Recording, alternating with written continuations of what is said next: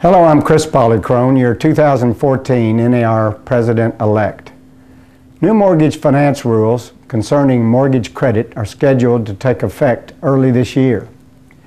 Consumer Financial Protection Bureau Director Richard Cordray recently joined NAR and a group of housing policy experts to explain the rules' impact on consumers, lenders, and the housing market. He discussed the ability to repay rule and how it would change both real estate transactions for buyers and lenders. The rule was written to clarify language that protects borrowers from risky loans, which were all too common before the recession. It says that lenders must make a reasonable, good faith determination that a mortgage is affordable to the consumer.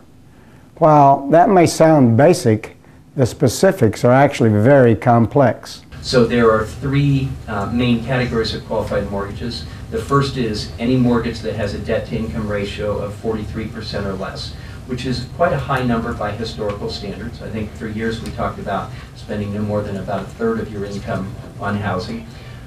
Second, though, in addition to that, recognizing that there was uncertainty about GSE reform and that Fannie Mae and Freddie Mac were significant underpinnings of the current real estate market, we also said that any mortgage that is eligible for purchase by the GSEs, Fannie and Freddie, while they're in conservatorship, whether or not the DTI is 43 or below, is also eligible to be a qualified mortgage and can qualify it as a prime mortgage as a safe harbor.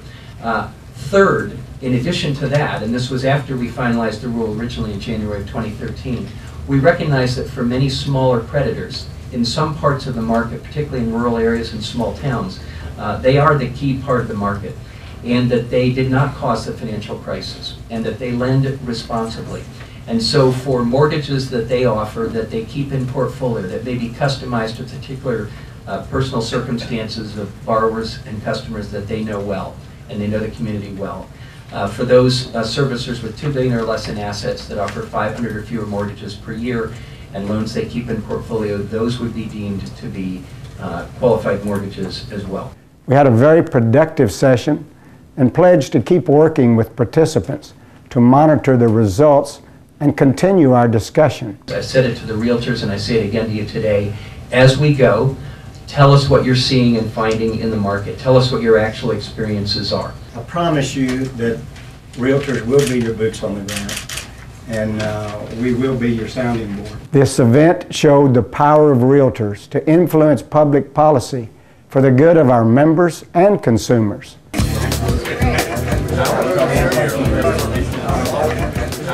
We're confident that our efforts will ensure a balanced approach that will make mortgage lending safer and more accessible to consumers. Thank you.